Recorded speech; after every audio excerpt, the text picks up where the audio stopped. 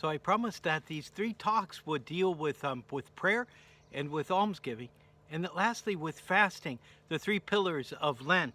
And I'd like to talk about the Jesuits and fasting, but not so much just the practice of fasting. Fasting fits within the larger category of mortifications or penances that one voluntarily takes upon oneself in order to grow in the spiritual life. And let me show you something that for centuries Jesuits used along with a lot of other religious people.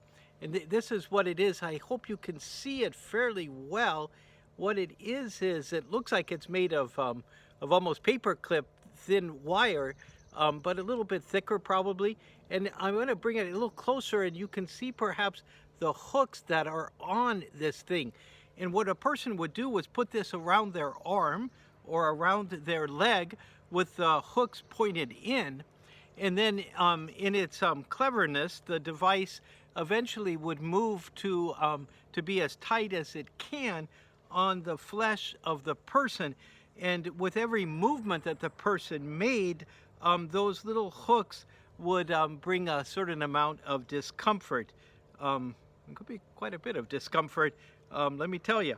And that was considered a way of doing penance.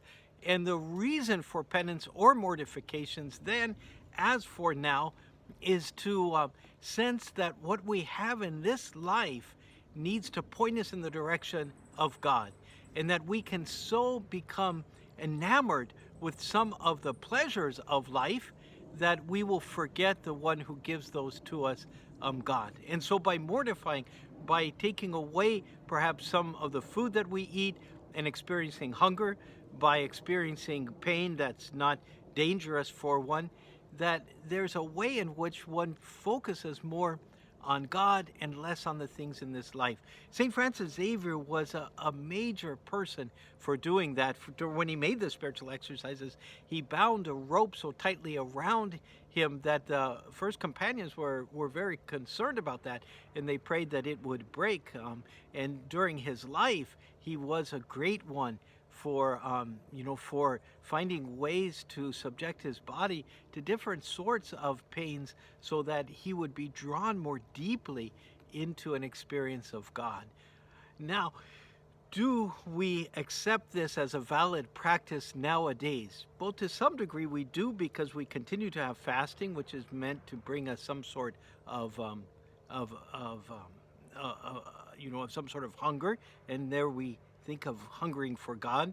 Not many people will be using things like this or the whips that they also would use.